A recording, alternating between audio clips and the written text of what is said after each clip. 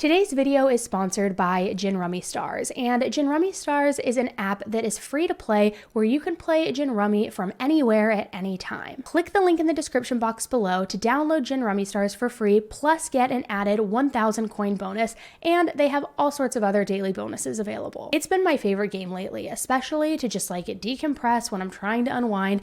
I love it so much that I'm already on level 60. The game is totally free to play, and it's available for both iOS and Android devices. And Gin Rummy really is the best card game because when I'm trying to like unwind and play something, I'm looking for something that's not only fun, but also something that gets the old noggin working. And in this game, you can play against other opponents live, and they're opponents from all over the world. So it's really improving that brain function and constantly making you sharpen those strategic skills. Your goal in the game is basically to complete the highest number of sets and runs. And a run is just a fancy way of saying like a straight. And you're trying to achieve more points than your opponent. So each player is dealt 10 cards, and from those 10 cards, you try to get as many runs and as many sets as you possibly can. You discard a card or pick one up each time, and then when you feel like you're ready to throw them down, once you have enough sets and runs, then you throw them down. But you want to try to avoid the extra cards because those are called deadwood, and those will work against you. Okay, so here, for example, you can see all my cards. I'm going to pick up this 5 since I already have a 5 here, and I'm trying to get more sets and runs. But I'm going to discard this 2 because I don't think it's really going to help me. I'm going to pick up this 9 because now I have 3, and let's discard the ace. And would you look at that, guys? Boom. I got Gin. Gin Rummy rules are super easy to learn, so you can master the strategy and the game in no time, so that you can play with your friends and family as well. And check this out, something that's so unique about this app is that you can actually customize your own avatar. You could change out the hair, the eye color, make it just feel more like you, which I think is super cool. So what are you guys waiting for? Click that link in the description box below and download this game for free. And again, you get an extra 1,000 coins when you sign up, so don't say I didn't give you anything, guys. Thank you, Gin Rummy Stars, for sponsoring today's video, and thank you to all of you viewers for understanding that sponsors are essential to the channel if we want to grow it to a place where I can give you more true crime all the time. All right, guys, I am going to go play. 10 to Life with Elise starts right now. Hey everybody, welcome back. My name is Elise, and this is 10 to Life, where we talk all things true crime. We talk about current cases, old cases, cold cases. We talk about everything, and we really do it to generate awareness and help ultimately, hopefully, get justice for many of these victims. So if you're brand new and stopping by for the first time, welcome. I hope you enjoy today's case video, and if you do, don't forget, hit that subscribe button below so that you get notified of new videos as they get posted and just to support the channel. And if you're a returning subscriber, you already know what it is we do here, and I am so happy to have you guys back. I hope you are all doing fantastic today. The case we're talking about today is one that is not for the faint of heart. So I want to give you multiple warnings. I will be giving you multiple warnings throughout as well, because this case is not only very brutal, but very graphic. And it takes us to Charlotte, North Carolina, and police say that this is one of the most shocking cases and crimes that they have ever seen. So much so that investigators and detectives are still completely shaken by the events and what they saw on this day. So again, I would like to give you guys a warning that this is extremely graphic. So if at any point during the video you find that it is uncomfortable to listen to, I encourage you to pause, take a break, come back, or if you need to walk away entirely, I completely understand that too, because unfortunately, as this case goes on and as we learn more and more details, it just gets more and more graphic. It's sadly one of those cases that gets progressively worse. So again, if at any point you find that it is beginning to become too much for you, I encourage you to just pause, walk away, or, shut YouTube down. So take a deep breath and let's get into it. Mary Collins of Charlotte, North Carolina is just 20 years old. She is described as extremely energetic, very fun, loves everybody, and just an all-around joy to be around. Those close to Mary describe her as having a very special kind of light around her and describe her as just, again, very happy, very energetic, and just very, very innocent. Now, while Mary was this young, bright light, She unfortunately was battling some issues that were pretty challenging for her. Mary was born with a rare genetic disorder that made life very challenging for her. This condition is known as 22q, and it apparently is the second most common genetic disorder behind Down syndrome. This condition caused Mary to be born with a cleft palate, causing a severe speech impediment. And unfortunately, this speech impediment ate away at Mary's confidence, making her really only want to speak to very close friends and her family members. With this rare condition, Mary at just 20 years old really was more like a 14 or 15-year-old. She didn't quite have the mentality that a typical 20-year-old girl would have. She struggled counting change, she struggled with some of her speech, and she struggled with simple tasks such as navigating her way around the neighborhood. But even with all of this, Mary was still extremely happy. She was always joyful, silly, would goof off, and she always wanted to see the best in people. She always was, again, just a ball of energy and just warmth, and she was just a light to be around. And when it comes to seeing the best in people, I feel like that is just such a rare quality in general these days to find in anybody. And in this young girl who had so many challenges in her life, she still just wanted to see the best in everybody and wanted to just enjoy life and live it to the fullest. But unfortunately, that same quality would end up being a risk for Mary, because with this disorder, it made her extremely trusting, vulnerable even, and unfortunately made her easily manipulated by others. On March 28th, 2020, it was really at the peak of the beginning of the pandemic, and restrictions were in place. Everybody was on lockdown for the most part, and all you could really do is hang out with close friends or family because nobody really knew what was going on at that point in time. Well, Mary had planned to meet up with some friends. She planned to meet up with her friend Kelly, who was 24 years old, and her friend Levy, who was 21 years old. Kelly and Levy invited Mary to come over, hang out at their apartment, but because of Mary's genetic condition, she couldn't drive, so they offered to send an Uber to pick her up and bring her over. Levy and Mary had been friends in high school, and they actually dated for a brief time, but now he was dating Kelly. He and Mary had stayed friends, so this wasn't awkward, there was no bad blood, so Kelly and Levy invite Mary over to come and hang out, and they call that Uber for her. At approximately 2:30 p.m. that afternoon, Mary gets into this Uber and heads over to Kelly and Levy's apartment. Kelly and Levy's apartment was located in the Charlotte's Entertainment District, and it was at this place called the Yards in Noda. So at 2:30 p.m., Mary hops in the Uber and heads over to hang out and meet up with her friends. However, after not hearing from Mary for a couple of days, her family began to get concerned. It wasn't like Mary to not follow up and not reach out to her family, and even more, she went dark on social media, and this, again, was not like Mary. Her family shared a cell phone plan, and this allowed her family to not only look up Mary's location, but also look up her activity. When Mary's grandmother looked into the cell phone activity, she found it odd that it hadn't been active in a few days, that the last known location of the cell phone was at this apartment of her friends, but that essentially nothing else had happened. There was no activity on the phone, no postings on social media, and she hadn't moved from that location. So her grandmother thinks that perhaps Mary's cell phone had died, maybe she forgot her charger at home, and doesn't read too much into it right away.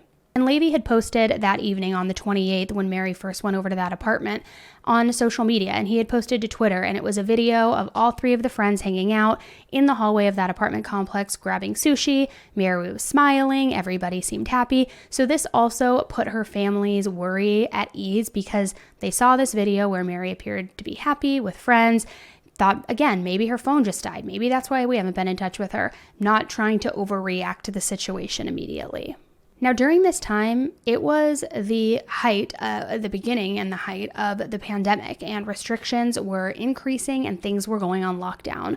So Mary's grandmother decided that she was going to get the house ready for Mary's return, knowing that it was probably in her best interest to quarantine with her grandmother.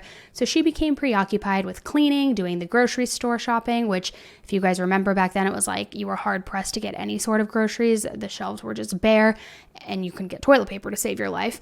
And so she was just becoming preoccupied with really getting the house ready for when Mary came back so that they could quarantine together. But after a few days, the lack of contact from Mary began to really concern her grandmother. And on March 30th, just 2 days after Mary had gone over to her friend's apartment, her grandmother felt like something was off. She was worried, she hadn't heard from Mary, and she decided to start looking into it.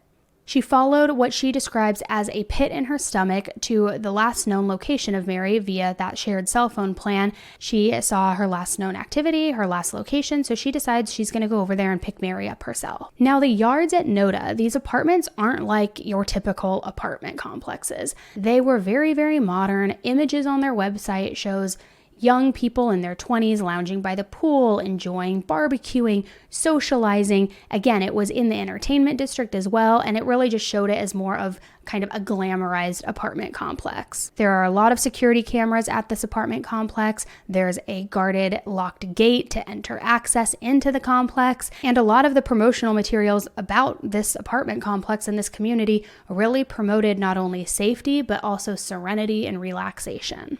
So upon arriving at the yards, Mary's grandmother looks around, trying to figure out if she can get any indication as to where Mary may be, who lives in that apartment, what's going on. She ended up finding a mailbox with Kelly's name on it and the unit number. She was trying to buzz her way into the gate because remember it was high security, but nobody was buzzing her in. She ended up waiting for another resident who was leaving at the time to leave the gate open, and then she entered that way, which I feel like so many of us have done in the past, right? I still do that. It's like if I'm trying to see my sister at her place, I don't have a gate code or anything, so I'm always waiting for somebody to open it up. It happens literally if you're waiting for between 3 and 5 minutes, it will open. So once her grandmother gains access to this complex, she rushes in and she immediately goes to the unit that was on that mailbox that belonging to Kelly. She begins knocking on the door and screaming Mary's name.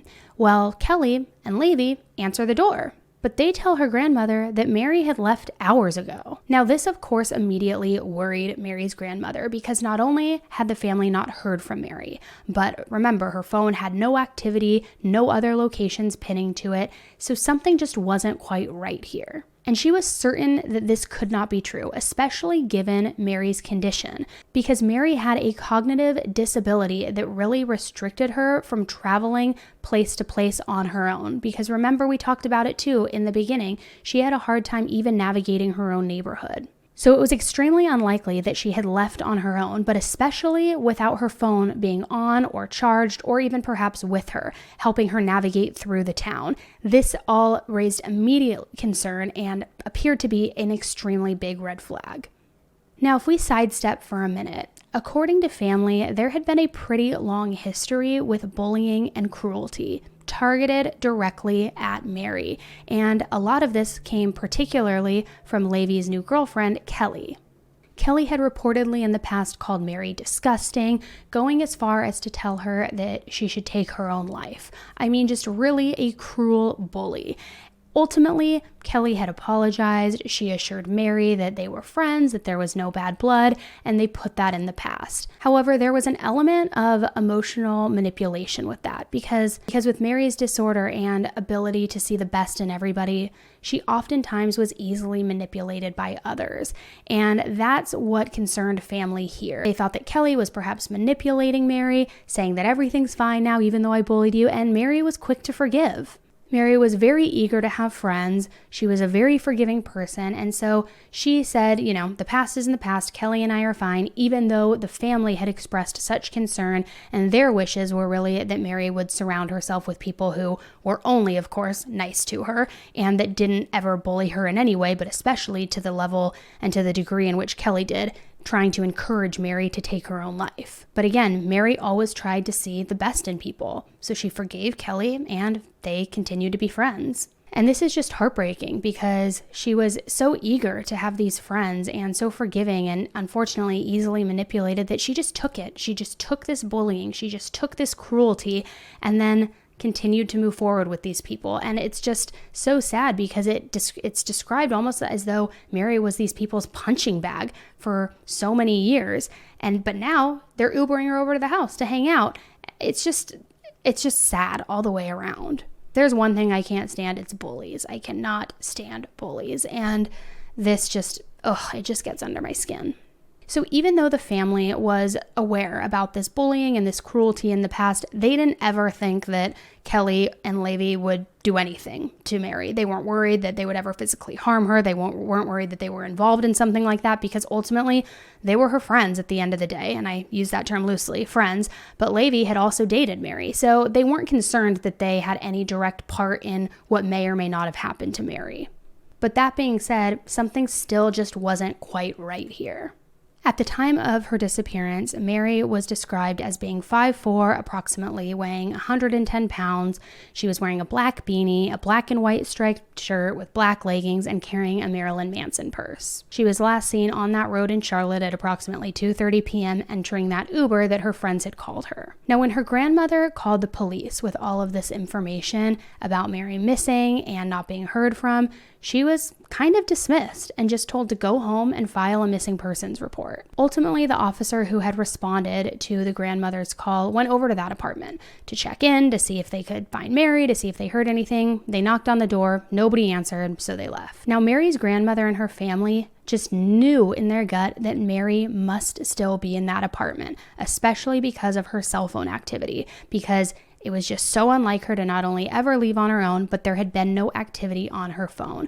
And they diligently tried to explain this to detectives and plead with the detectives to take them seriously. And as they were explaining all of this and trying to plead with these detectives, they were also explaining, look, you don't understand. Mary could be in dire danger right now given the circumstances. Given her disorder, you're not understanding. Something could be seriously wrong here and she's in danger. You need to take this seriously. But unfortunately, nobody was, because Mary technically was a 20-year-old adult who can choose to go anywhere she wants, whenever she wants, and technically was not missing. Now imagine the level of frustration with that. In your heart, you know your family, you know your close friends, you know when something is odd and out of the norm and out of behavior for them. So imagine the frustration that you're trying to explain this to police, the people who are supposed to be helping you in situations like this, and they are brushing you off. Mary's grandmother was aware of the lack of real action, I guess you can say, that the police department was taking with this. And so she decided to take things into her own hands, to get some answers and to figure out what the heck was going on. So her grandmother kept an ongoing rotation of family members at that apartment complex to look at the comings and goings of everybody there, to see if they could ultimately find Mary or see, at least to verify that she was happy, healthy, and okay. She had people there around the clock, and they would just rotate between the different family members.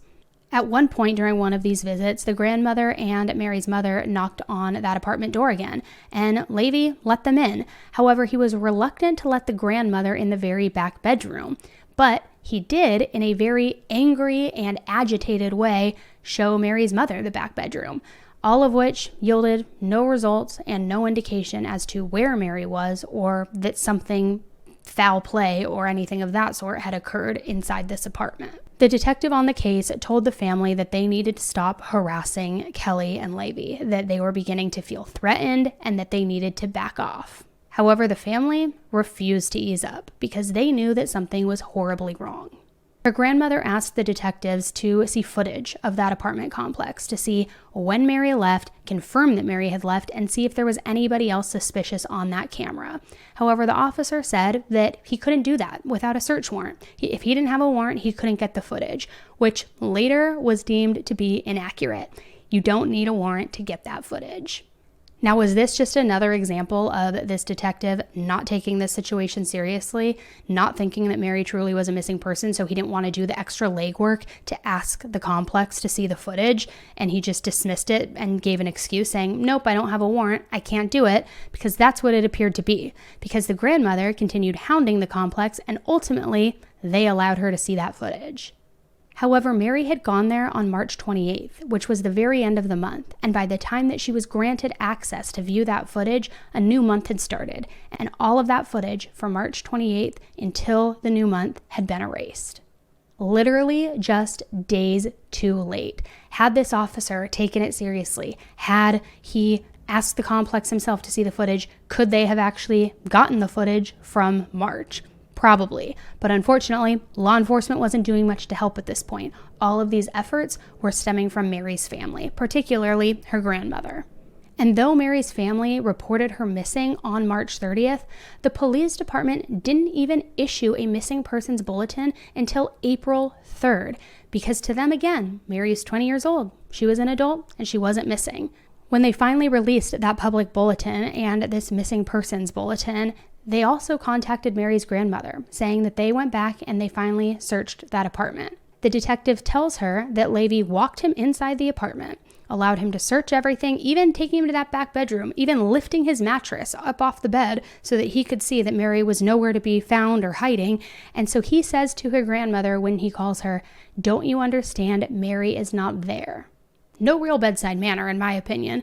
And again, I get where if resources need to be used wisely in missing persons cases, I get that there is a certain amount of information and requirements that need to be met.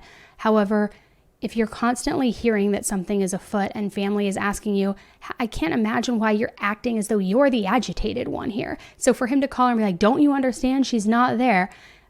Like, it's just poor taste. And not only that, but everything in this case was about to flip on its head just 24 hours later. On April 4th, after 5 days of this family trying to get police to listen to them and them just being unwilling to help, a tip came in to the police department, one that broke the entire case wide open. A friend of a man by the name of James Solero, who happens to be friends with Kelly and Levy, called into the police department saying that he knew where Mary was and he knows what happened to her. He calls in and says that James had admitted that Mary's body was inside that apartment. James had told this friend that he went there for a party, that Kelly and Levy had apparently tied Mary up, then beat her in the bathtub, and then ultimately took her life. But who was this James guy that had confided in this person that was now calling the police department? His name hadn't come up before in all of this. He wasn't known to have been at that apartment the day that Mary went over there to hang out with her friends. So who was he in all of this? Was it an actual credible tip, or was this a misleading tip, like unfortunately so many tips are? Well, after receiving that tip, the police go back to that apartment and they search once more. And this time, they find Mary in that apartment. They find her body stuffed inside a mattress that was in that very back bedroom that Levy had refused for her family to search previously, and in that exact same mattress that he had previously lifted when detectives had gone to search the apartment for Mary. Mary had been brutally attacked, and she was stabbed over 133 times, including stab wounds all over her body, to her face, forehead, cheek, and ear. She also had multiple defensive wounds on her hands, and a lot of these wounds occurred on her back as well, leading me to believe that the person or persons responsible attacked Mary from behind to get the jump on her. After this brutal slaying, Mary's body was then stuffed inside this mattress and put back on top of that bed inside that back bedroom. Now, it's unclear and it hasn't been stated if Kelly and Levy were sleeping on that mattress this entire time or if it was a second bedroom. That hasn't been confirmed. But my mind, I can't even go there at this point. And this same friend who had called that tip in to the police that led them back to the apartment says that the original plan was to burn the mattress eventually, to dispose of the mattress entirely and to dispose of Mary's body. Mary had thought that she was just going to hang out with friends, the start of the pandemic and isolation coming into play, and she was going to go hang out with some friends who were apparently so caring and thoughtful that they called an Uber just to come pick her up. But instead, she gets to that apartment, and apparently Kelly, Levy, and James attack her and brutally kill her. Then, a fourth person gets added into the mix because James, while there, apparently calls an 18-year-old by the name of America Deal, and he met America on Tinder, and he calls her to come over to the apartment to help clean up. Now this was like a WTF moment for me because first of all, I don't care who you are, but especially if you just met somebody on Tinder, why on earth are you going over to help clean up a crime scene? And why are you injecting yourself into that situation and allowing them to get away with it and then offering to come and help? And even more than that, these 4 people are so evil. It blows my mind and it makes me wonder how they even found each other. How did all 4 of these people come together and with such hatred and such evil blood running through their veins, how did they all find each other? Because it is just like a compounded recipe for disaster. According to the search warrant, the 4 of them wrapped Mary's body in saran wrap and duct tape, and then put duct tape around her body and around her mouth and hid her in that mattress. While the autopsy report has come back, the time of death is still undetermined. And this left the family wondering if this entire thing could have been prevented.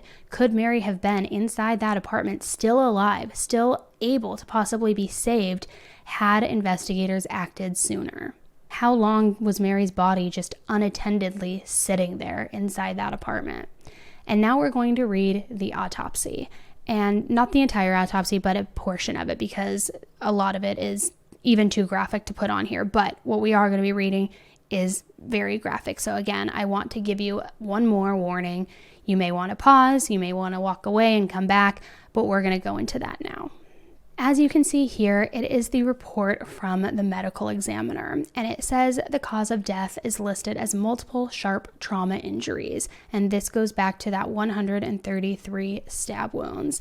It goes on to say what the diagnoses are, and it says multiple sharp trauma injuries, multiple cutting wounds and stab wounds of the head, neck, torso, and extremities, blunt trauma injuries, facial laceration and multiple facial contusions, extensive scalp contusion, multiple contusions of chest, abdomen, right arm, left hand, right leg, left foot, decomposition, and then the history of the cardiofacial syndrome. Now, if we go down a little bit, I'm going to read for you here what it says, and it says, the body is found in a white body bag with clip seal, and it gives the number. The body is found inside of wrappings. The first wrapping encountered is comprised of black plastic, what appears to be 2 black plastic large trash bags taped together with silver duct tape at the midpoint of the body, with additional duct tape at the foot area of the body. This outer black plastic wrapping has been partially previously cut down in the midline from the head portion to the mid portion of the body for the body wrapping. Covering and adjacent to the black plastic external wrapping is a large black bath towel, which shows a red and purple block pattern. The midline cut is extended during this exam to reveal an inner wrapping of the body, which is composed of extensive duct tape wrapping. The duct tape wrapping extends in an overlapping circumferential fashion, wrapping the entire body from head to toe, literally taking the duct tape and wrapping her entire body in it. There are several white tissues adherent to the tape. There are white powder granules on the outside of the duct tape within the black plastic wrapping. The duct tape wrapping is similarly removed during this exam by cutting lengthwise. Within the duct tape wrapping, the body is additionally covered with black plastic trash bags covering waist to feet. Due to the folds in the black plastic, on cutting for removal, several small black plastic bag fragments are produced. These are submitted separately as evidence. There is a duct tape covering mid to lower face, covering the mouth but not covering the nares, extending on each side to the external ears, which this leads me to believe that a lot of these wounds occurred pre-mortem, and that's why they had to duct tape her mouth shut to mute and silence the screams. Additionally, there is duct tape covering the cutting wounds on the right upper arm. There is a black clothing piece, what appears to be a shirt, wrapped around the upper neck, knotted on the left. There are black clothing pieces, what appears to be socks, wrapped around the mid-neck, knotted right. There are black clothing pieces at the lower legs, what appears to be portions of previously cut black jeans covering the left lower leg and right lower leg. There is a red clothing piece, what appears to be a shirt, loosely wrapped and knotted around the right ankle with adherent duct tape. There is a black sock on the right foot. The black jeans covering the left lower leg are separate from the piece of clothing covering the right leg. Jeans have previously cut and shown a label Old Navy super skinny size 2. The body is that of a young adult white female, slim, partially clothed as described above. There are early decompositional changes with areas of very faint red and green skin discolor, including over the mid-face and left shoulder, and minimal skin slippage over the face. There is wrinkling of the skin of the hands consistent with emergent changes. Eyes are almond-shaped, and nasal bridge is flat. There is a several millimeter in length linear scar over the midline palate, and this is where she had that cleft lip surgery. There is a white metal piercing with 2 clear stones at the navel, a belly button piercing. There are 2 black elastic cords, probable hair bands, right around her right wrist. There are remnants of black nail polish on the toenails. There are a small number of long hairs lying loosely on the body, which are also collected as evidence. Now, as we go further, and you can look into this on your own, you can screenshot it if you want, it really outlines all of the blunt trauma and all of the different size stab wounds. And this is where it outlines the wounds that occurred in her cheek, her forehead, her scalp, her body. It's just awful. So we're not going to go over all of those lacerations here. If you want to look into it, you are more than welcome to do that on your own. We go on to see the evidence that was collected, and they did do an essay kit. Now, the findings of that, I have not been able to find myself. I would like to believe that there wasn't any essay that occurred. However, with the condition of her being partially clothed, I worry that the reality of the situation might prove otherwise. Here we go into the summary, and it says, this is a 20-year-old white female who was found dead in a private residence in Charlotte on the night of April 4th, 2020. Medical records show a history of that velocardiofacial syndrome with no congenital heart disease, with cleft palate repair at the age of 3, with mild developmental delay and fine motor control issues, as well as occasional mildly elevated PT and PTT, but no bleeding tendencies. Autopsy showed the body of a young adult white female encased completely in duct tape, wrapping, and plastic bag coverings. The body was in a state of early decomp. There was duct tape covering the mouth and overlying sharp trauma injury of the right arm. There were articles of clothing tied around the neck and the right ankle. There were multiple blunt trauma injuries, including a facial laceration, several facial contusions, and extensive contusion of the scalp. There were contusions of the chest, abdomen, and extremities. There were multiple sharp trauma injuries, including multiple cutting wounds ranging from superficial to shallow to deep, over the head, torso, and extremities. There were approximately 133 cutting wounds in total. There were a multiple, approximately 24, superficial and shallow stab wounds. None of the sharp trauma injuries caused injury to an internal organ or to a major blood vessel. And I am not a medical examiner by any means, but that leads me to believe that a lot of these wounds weren't deep enough to try to actually penetrate an organ or, hit a major blood vessel to have her bleed out. And because there are so many wounds, and again, this is just my personal opinion, view this as more of a thrill kill, meaning that they were just kind of taking the weapon or weapons, the knife, and stabbing shallow, quickly, all over because they were getting a thrill out of it. If it were something where it was targeted to immediately kill her, or, that was the goal right out of the gate, usually you would see deeper, more forceful wounds, especially penetrating near organs and blood vessels. This was much more shallow and surfacey, which to me, and again, remember, they had the duct tape over her mouth. I believe, and we hear a little bit on it, and we'll get there in a minute, that this was more in an effort to torture this young girl, putting the duct tape over her mouth so she couldn't scream, and then slowly prodding at her with the knife over 133 times. Now, as if this isn't brutal enough, and again, kind of going back to why I think that this may have been a thrill kill, take a look at this Twitter post from that very day, April 4th, the day that they found Mary's body, and this Twitter post that was made by Levi. It's a meme little cartoon guy of a cartoon guy holding a knife. Now, when I first saw this, It made me immediately think that he was perhaps bragging indirectly, proud of what he did. And it took me back to the case of, I can't remember who. It was Sheila was one of the girls' names, and Rachel, I think. But it was the two friends who lured their friend, like told their friend to sneak out. And then they went into the woods and they basically blitz attacked her. And on the count of 3, they together stabbed her and killed her.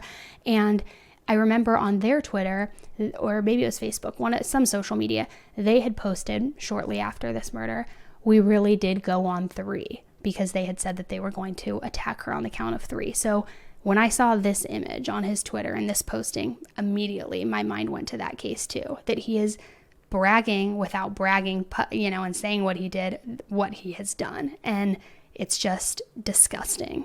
On April 5th, Levy and Kelly were arrested at their home, and apparently Kelly was reportedly passed out to the point where police had to actually ruse her in order to get her up and arrest her. James was also arrested on that same day at his university, and I want to read you this warrant really quick because it really outlines the probable cause in the affidavit and gives a little bit more clarity as to the situation. So here you can see it says on March 30th, 2020 at 11:09 p.m., officers responded for a missing person call of service. Officers spoke with the reporting person, Mia, who is Mary's grandmother, who advised that she is the guardian for her granddaughter, Mary Collins. She stated that Mary left her home on March 28th, 2020 at approximately 2:30 p.m. and has not been seen or heard from since.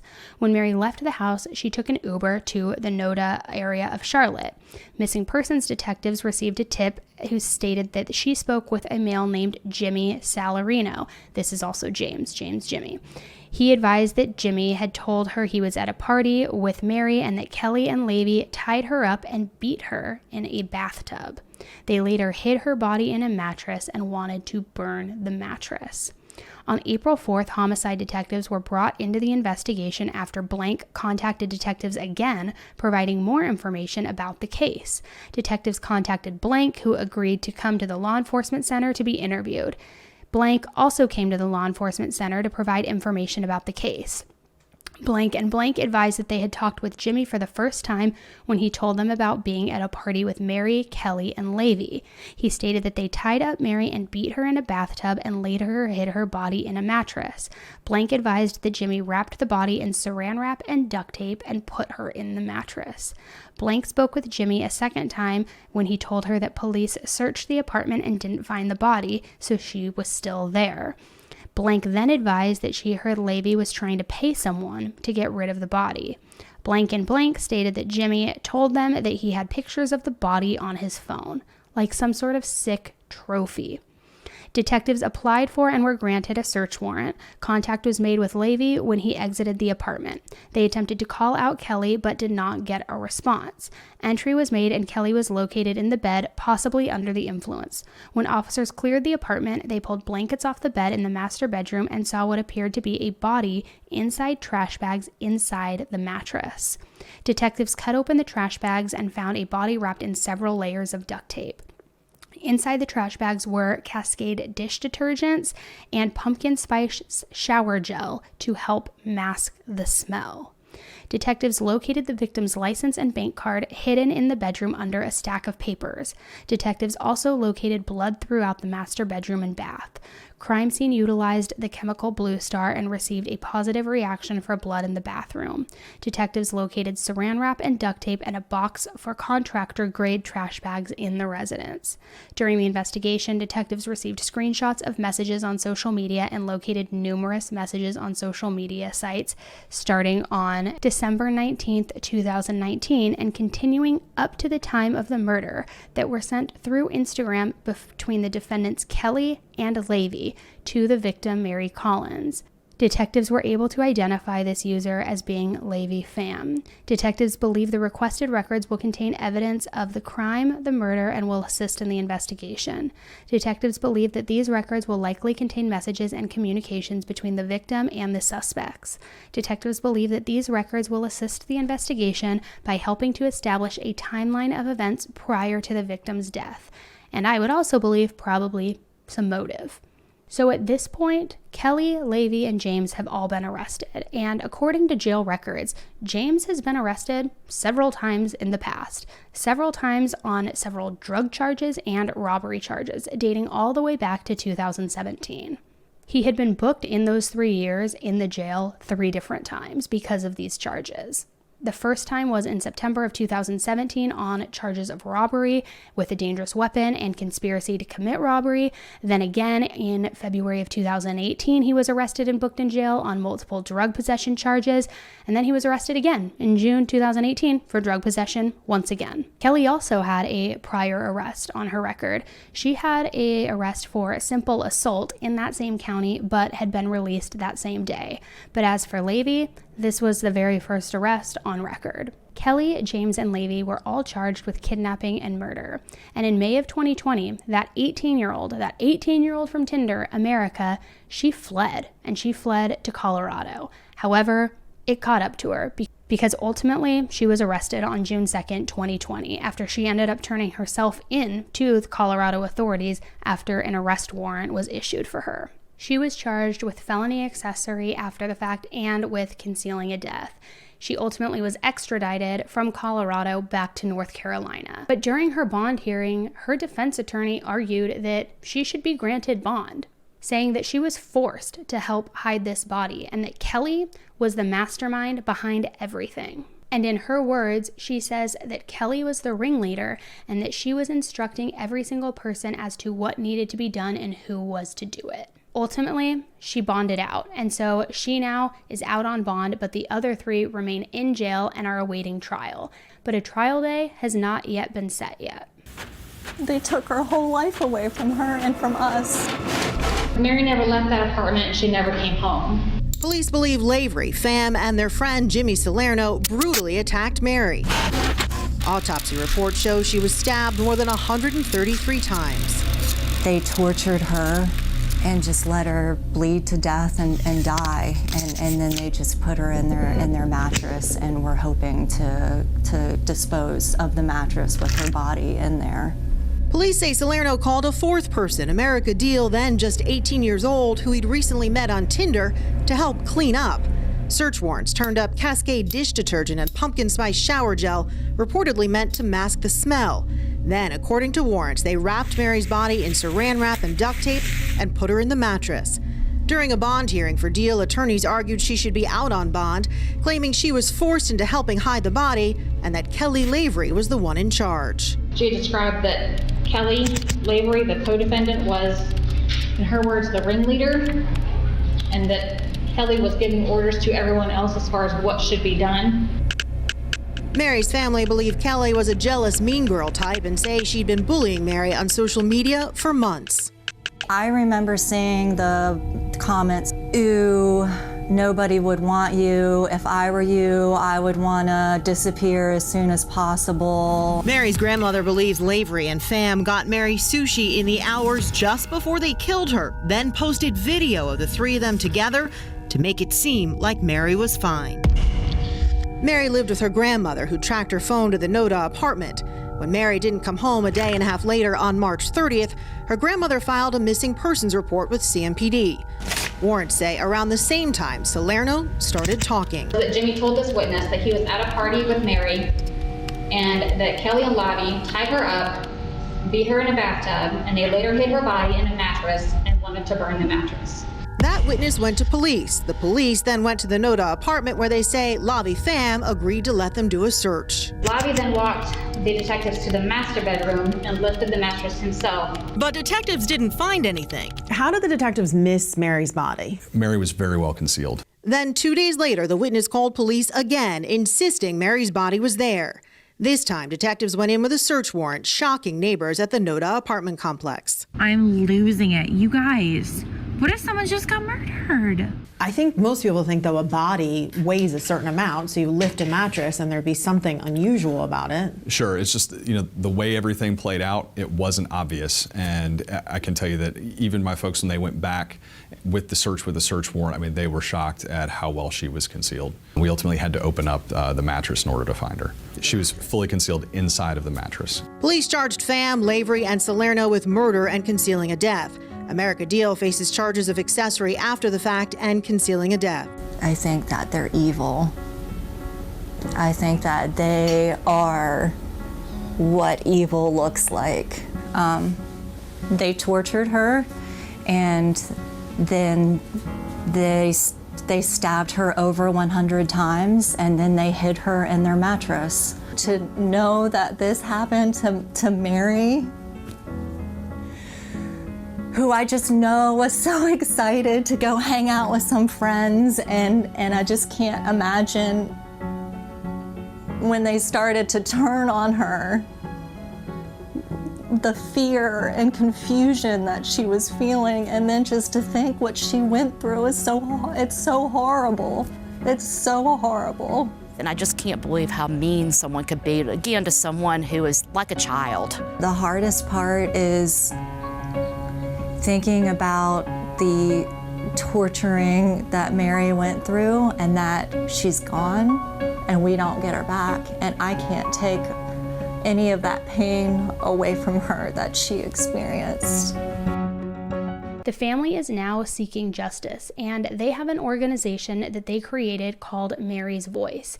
And what this is meant to do is really fully encapsulate all of the issues that her case entails, such as the lack of investigation, the lack of follow-through, all of these things, because now her family is adamant to be Mary's voice, since she no longer has her voice. Their first call to justice is, of course, making sure that Mary's killers are held accountable and get life in prison. They want to see all of them fully held accountable. Beyond that, they want policy change. They want policy change with missing person investigations. And they especially want change with this policy when it comes to differently abled individuals, such as Mary. Because according to law enforcement, Mary was never truly missing, even though she may have been held against her will for quite some time. So her family wants different protocols put in place. They want it to be allowed that the people closest to you, closest to these victims, have some sort of say in this. Some sort of say over whether a person is reported as missing or not, and deemed to be in any sort of immediate danger. As I mentioned, a trial date hasn't been set yet, but I'm going to be following this case so closely, because what's so fascinating here, and unnerving too, equally unnerving, is they still have not said what the motive was here. What the motive was for luring Mary out of her house to come over there just to kill her. They haven't said what the motive was. They haven't given any sort of explanation. So I want to know when that trial happens, first of all, what comes of that, because we know we're going to hear something from the defense. I want to know what discovery is found between those text messages exchanged between Levy and Kelly and the text messages with Mary. I want to see if this was in fact premeditated and if this was their sinister plan all along, because again, they wanted a thrill kill. I want to know what their, I don't even want to say justification because there's no justification, but I want to know what truly happened and the why, or if there truly is just evil blood running through these people's veins and there is no motive, there is no reason why, and it just, again, is a thrill like we saw in the Aiden Fucci and Tristan Bailey case. And if you guys aren't familiar with that case, I'm going to link the playlist because it is just wild and eerily similar to this in the sense of the multiple stab wounds, the overkill, except this guy told his friends that he was giving himself a 30-day deadline to kill. I mean, just disgusting. What is going on with youth in America, guys? What is going on right now? So I'm going to be following this closely. I'll keep you updated, and please show your support in the comments for Mary's family, for her loved ones, and for everybody else who has just been tirelessly working to bring awareness to this case.